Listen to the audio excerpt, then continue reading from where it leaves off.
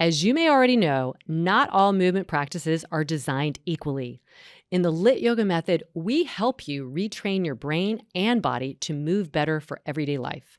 Through physical therapy drills, yoga, functional mobility, core stability, and flexibility, the Lit method rewires habitual movement patterns and postural imbalances to help you feel stronger, more energized, and more balanced both on and off the mat. Our online platform, The Lit Daily, is designed for easy convenience with a robust offering of class types so you can boost your energy while getting stress relief. Yes! Improved brain wiring means you will move with more ease and efficiency because we teach you the how and why behind movement choices, not just poses for the sake of poses. All movement teachers on the platform are certified by Lit and share a common language, providing education with clear cues that give you the needed reinforcement for enhancing your movement habits. Thousands of students in over 60 countries get Lit to feel more confident, more powerful, and more alive. We offer 2 subscription options for all levels and bodies. The Lit Daily option includes library of 500 plus classes with so many categories, including short on time, injury prevention, stress relief, and body parts. Tuesdays and Thursdays, we offer live classes streamed on Lit Daily. There's a class of the day to help you take the guesswork out of what class to do, and monthly workshops are 50% off. Then the Lit Studio option has everything I just mentioned in the daily option, plus 20 weekly live Zoom classes with Lit teachers providing real-time feedback. There are monthly workshops that are free for these studio members. You can stream all of this right to your TV Air device through Android, iPhone, and iPad apps. Movement changes everything. When we move better, we feel better. So sign up for our free 1-week trial and see how getting Lit can help you feel your best today and for years to come.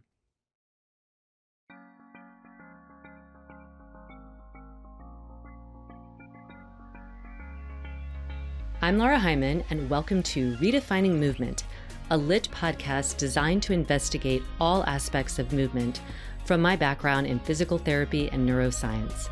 My mission is to help everyone find freedom through smarter movement patterns and compassion for ourselves and others, so together we can live our most uplifted lives, benefiting all beings. Welcome to Wednesday Q&A, where you all ask the questions, and we answer. I am joined by my fearless, gorgeous, masterful co-host, Kristin Williams. Hey, Laura. Hey, everybody. So glad to be here. So good. All right. So we got some great questions, starting off with our good old friend, T-Bob, who is a Lit teacher and amazing human. He is asking, since it's about posture, because we talk about posture all the time, I thought I'd ask about tongue placement in the mouth. I've seen many people who I respect around the internet saying that the tongue should generally rest on the roof of the mouth with the tip of the tongue behind the front teeth. Do you and KB have any comments or info about this? Big hugs to you. Well, I can launch into this because I have quite a few clients who have jaw stuff, neck stuff, and then a lot of times there's like some tongue things because of the placement of the tongue. So the tongue's resting position, which is often recommended, like he mentions, to be at the roof of the mouth. So if you just took your tongue and kind of pressed it to the roof of the mouth, and that is beneficial because that's where you're optimal, or you're kind of, it's maintaining the oral posture. And this is important in early stages because this can really help positively influence the right jaw development and alignment. When you have your tongue at the roof of the mouth, you also are more encouraged for that nasal breathing. We talk about, nasal breathing, not only in yoga, but just sitting. It's better to try and encourage nasal breathing because that filters out, it filters and humidifies the air, and that's better for your overall respiratory health. So if you've ever woken up in the morning and kind of felt like, what's the word? Like not necessarily like you have a sore throat, but it just feels really clammy, Yeah. for lack of a better word. You might be sleeping with your mouth open, and that just the breath is not as optimal. Now, we also recognize there can be deviated septums and whatnot, but that's just for the tongue purpose. We're not talking about that. For speech development, so for instance, I am a triplet. My brothers are identical, and they had twin talk, and they did not speak English for the first, 2.5 years. They had their own little dialect, and I happened to understand it. So when they started to go to speech therapy because of their own dialect, they hadn't developed some of that movement of the jaw and the proper tongue placement, which is important for articulation, the clarity of speech, so you don't have any of these kind of speech impediments, as they might be called. So they had to really go, and they were doing all kinds of mouth, if you are looking at me now on YouTube, but if you're not, it's like a lot of opening, moving the jaw, and then pulling the tongue up at the same time to develop that the alignment that you want to have for the best type of speech. And when the tongue is not in good alignment, we've seen this like in pediatric PT as well, when the tongue, like kids that kind of have their tongue over to the side or something, that proper tongue posture develops their palate and the structure of their face. And so just the facial appearance is important, but it also sets up the neck alignment and overall posture. So when your tongue is in the proper position, it also is balancing the muscles around your skull and your neck. So when it's at the roof of the mouth, like we were talking about, just resting there, it engages muscles in a way that supports the head's position, and that reduces strain on the neck muscles. This I've seen when working with people who have TMJ. I know you've probably seen this too. TMJ is temporomandibular joint, which is right at the top of your jaw, kind of where it's reaching where the ear is. And there can be a lot of pain there. And that's usually linked to poor tongue placement. That when that TMJ is bothering you because possibly of this misalignment, and it hasn't been working well, that can lead to a lot of things. It can lead to headaches, it can lead to neck pain, and tension. So the tongue posture really is setting up, just think about the position of the jaw, how the jaw is part of your skull, how that impacts the position of your skull. And then all of that, when we talk about our triple S, skull, scapula, sacrum, it's all connected. So there's your very long answer. And it's sometimes really tricky for people who kind of don't have that alignment of when their neck is out of alignment, or they're in the forward head position, it can kind of impact the jaw and impact the tongue placement. Anything else you want to add, sister?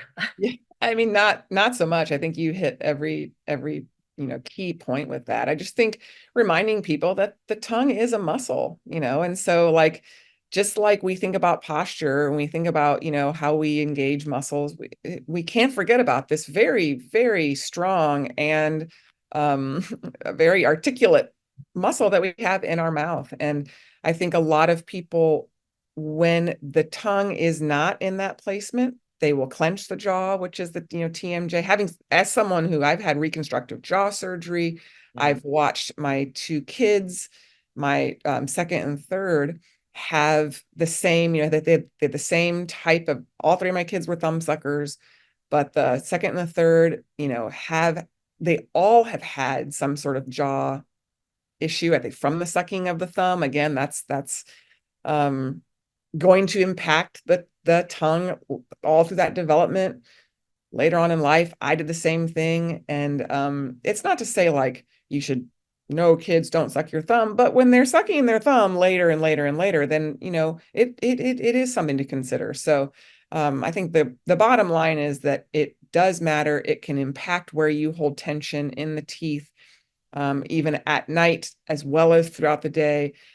The mouth breathing, huge. It's just everything you were saying, I was going back in time and just thinking about my own story of being a mouth breather, getting braces, having the reconstructive jaw surgery really helped my tongue placement and helped my TMJ. Obviously, I mean, they reconstructed the jaw to take the pressure off the TMJ, but it all changed what was happening from the inside out, including at the tongue. And I mean, I used to stutter. I don't stutter as much anymore. Every now and then I'll trip up on a word, but I don't think it has to do with my tongue like it might, my tongue and my bite and my jaw like it did back in the day. So it is absolutely, It's yeah, it when does you talk matter. about the thumb sucking or pacifier use, again, it's a great it's a way of a child kind of soothing or managing themselves, but it can lead to that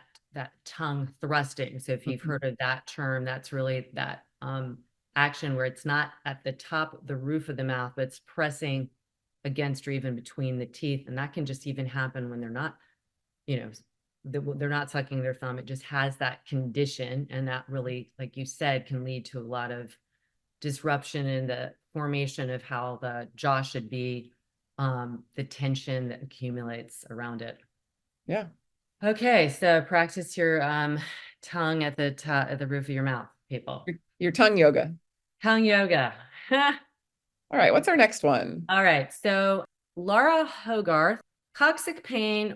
How is the best to target? Thanks. And I think what she's, saying is like, I have toxic pain. What's the best approach to deal with it? You want to start? Yeah, I mean, the interesting thing about coccygeal pain, the coccyx is the tailbone, and it's a very common place to have referred pain. So people might feel it in the tailbone, but it might not be coming from there. It might be coming from the SI joint region, from the lumbosacral spine.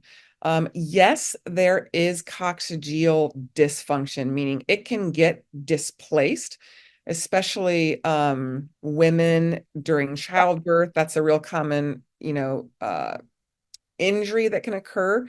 I have done coccygeal mobilizations as a physical therapist. That is a specialized approach, but I think what she's talking about is just more generalized coccyx pain. And so even though you're feeling it there, we need to assume that it might not only be coming from there. So the first thing you do is if there is actual tenderness at the coccyx, you know, the simple thing is one of those donut pillows where you're getting pressure off it. If you're someone who sits all day, there's not a lot of padding around there, especially if you've got snoozy glutes. If you don't have good, glute strength, good glute tone, that's a lot of pressure going through a bony prominence that, doesn't feel good. There's a lot of pelvic floor attachments to the coccyx. So, core strength, position of the pelvis. I do feel like Laura and I can be broken records when we're bringing everything back to the pelvis, but that will impact your coccyx, especially that tilt of the pelvis. If you're constantly getting that tension around the area, it's not going to appreciate it, right? Yeah. Rib alignment. It taking the more holistic, greater approach to why the coccyx again is the victim. You might have SI joint dysfunction. The SI joints are where the sacrum, the flat bone, which is above the coccyx, attaches to the wings of the pelvis, which are called the ilium, the ilia, plural. So is there something going on there, but you're actually feeling it in the coccyx? This is a common place to get steroid injections.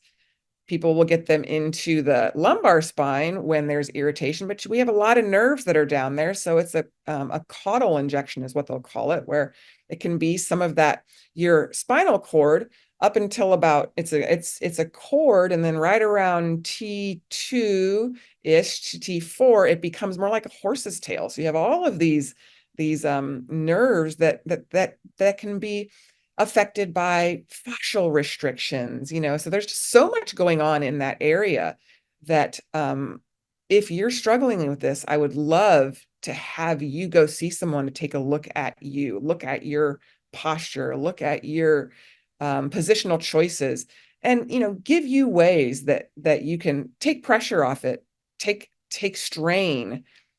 Stress is good, strain is bad. Take strain off that area. Laura, what else do you have to add to that? I think you kind of really, the stuff that we would cover, which would be postural, kind of that repetitive strain on that area because your posture, because the rib cage pelvic relationship is off in some way that's adding more load down. Childbirth is really a common place where if someone had not had pain and then all of a sudden does have pain, because things move around, and that's right at the bottom, really close to the outlet, where when the pelvic outlet is widening for the baby to come down, the inlet rather, it can press on the tailbone and even kind of and because it has a cartilaginous kind of essence to it, meaning it's not like as rigid as the sacrum. It can be kind of malpositioned because of childbirth, even during pregnancy, but really more in childbirth. And that's where you want to see like a pelvic PT or something like that. So that's the whole gamut of reasons. Look at your posture, look at your mechanics, look at your how much time you spending sitting, because sitting is going to be rough for everybody, but especially if you're sitting in not the best kind of alignment on a regular basis. And then were you pregnant? Did you have a child? That's obviously not going to be everyone, but those are kind of all the boxes I would tick for sure. Yep.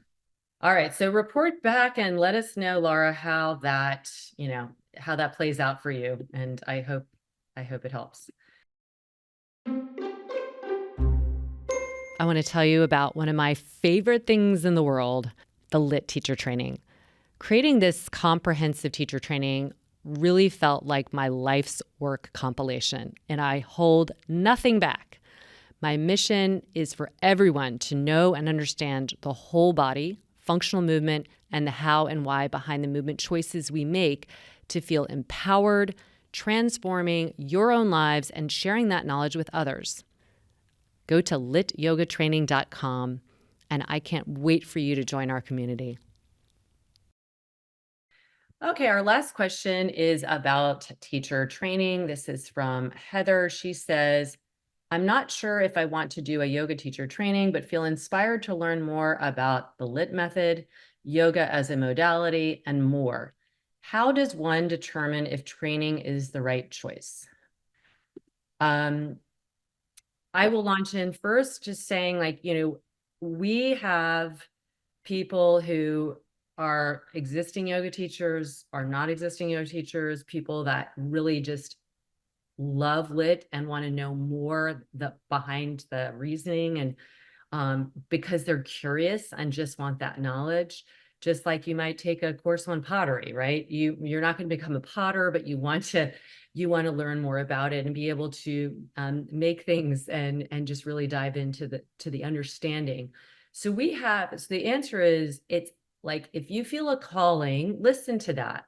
You can always also make an appointment with our director of education, Rana, and she can do a Zoom with you and kind of take you behind the scenes and show you some of the courseware. We have, you can look at what the outline is and all of that, but she can also answer questions like this. Have there been other people that have done it? And maybe I can talk to one of them, talking to somebody else who came in with the same desire. I want to understand more about it. But I don't really necessarily plan to teach. And then you can also, I think it's important to think, do you have the time? Do you want to invest the time, the resources financially? Is there other things you could do that isn't that kind of deep dive? Some people really like to go all in. This is a 10-week, very comprehensive course. It builds a lot of community. You become part of a big community, but maybe you don't want that much. So we have other options as well. We are developing mini courses just to, start to reach some people like yourselves who might be interested, but like that kind of like a teacher training of that magnitude you don't want. But you wouldn't be alone. We have plenty of people who really just want to learn more and take it into their lives for themselves and maybe for their family, and that's about it. Any Yeah. other? No, well, I think, like you said, we've got a lot of avenues, self-guided, guided.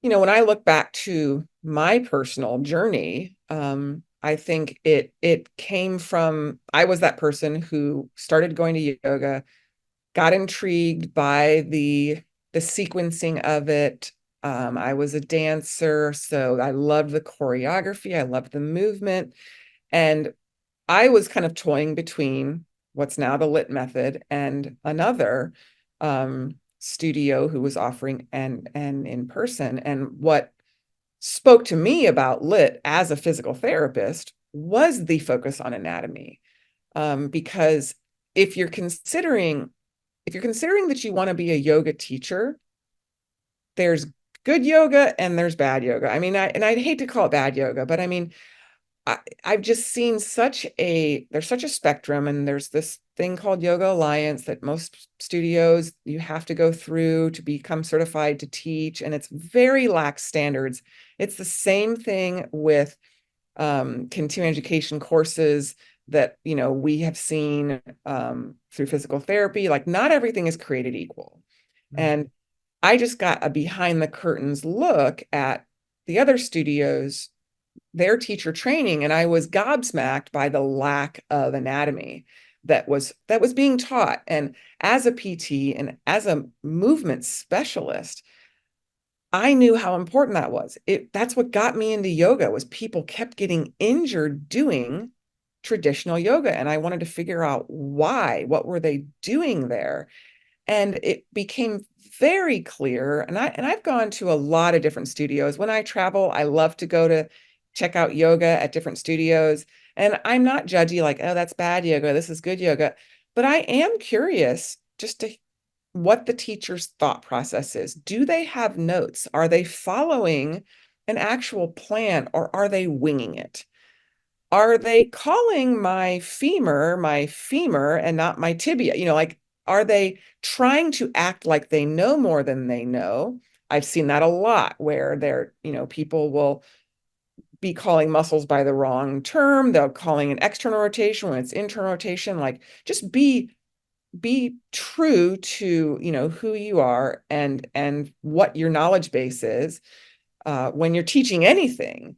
And I guess for me, it was a no-brainer that I wanted Lit for its method. Not only the fact that I saw how much their teachers knew about anatomy, so I knew they were being well trained, but it was the blueprint.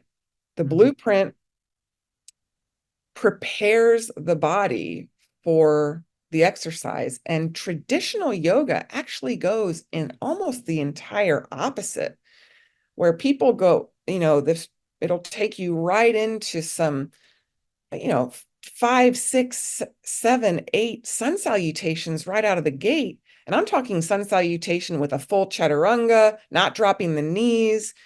The shoulders are getting torched. They finish with the core. And I could never wrap my brain around that whole process. Like, why am I doing ab sets now that I'm absolutely exhausted? I have not been prepared to do the stuff at the beginning. And so, like, for me, that made sense. The blueprint made sense in that, as I would do in physical therapy, we will warm you up, we'll prepare you, and then we'll send you out to do your exercises when you're ready for it, as opposed to the other way around. So that was my choice on Lit. I knew that I loved yoga, that I loved the movement practice of moving around a mat and the dance component. What I didn't like about a more traditional style, and we've seen an evolution over the last 10 years, I would say, people are getting smarter about it, but just these hands-on adjustments, pushing people into extreme poses, was just a recipe for disaster, and injury. That's Yeah. what I was seeing. Hips, shoulders, and wrists were the biggest thing I was seeing from traditional yoga. That I think, Laura's method and the way we teach it, and the fact that we educate people about their body, and the teachers know, and the teachers prepare, and it's very thought out. You're never winging it. You always have a strategy. Says a lot about what you're going to get when you go to a lit class. Yeah. And I think the other thing is that, so you can be like, well, I think I want to know more about functional anatomy and the method.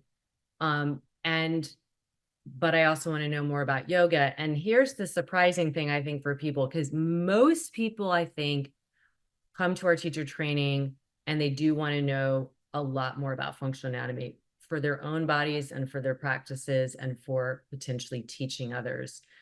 But when they come out and they're asked like what was your favorite thing, or what any comments, 90% of them are talk about something else. And that's that how much it's impacted their lives. So I think for like our training, we invite inquiry about how you can connect the dots and bring in the philosophical tenets in a modern day context that is naturally, I think, going to happen because you're already in this state of openness and curiosity and learning.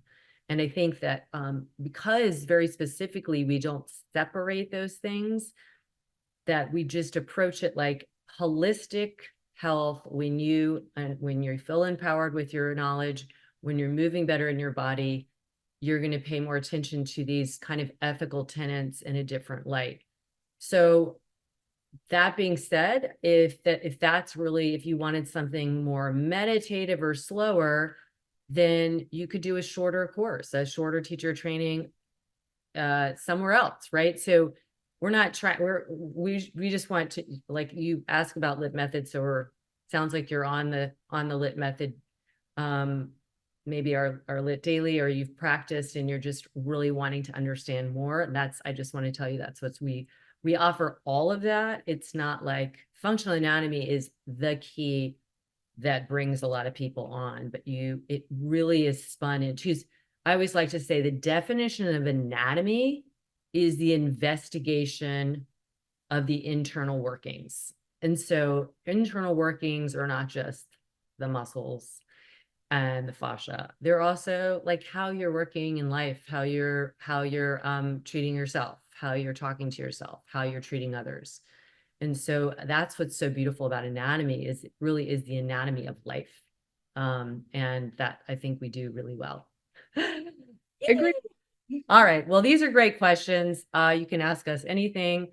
And of course we're biased. So, take that as you want, because we feel what it's done for us. And I think we have such a compulsion to share that, because we know that there's, we need less pain in the world. We need more joy in the world. We need more energy. We need more education and empowerment. And that, we are just trying to offer that in the way we can. And so we're really passionate about it. But thank you for all the questions. Huh? Check out our teacher training, though. Yeah. It's at lityogatraining.com. You can get more information. Yeah. And if you go to that, you can say like, oh, I want to learn more, or book an appointment. You can do that and learn more about it by talking to Rana. Thank you for your questions. You can write us at any time on social media. Direct message me at Lara.Hyman or KBWilliams99, or even our Lit Method page. Any of those, direct message, ask a question, say that, if you don't want your name mentioned, totally, we're fine with that. And any question is up for grabs.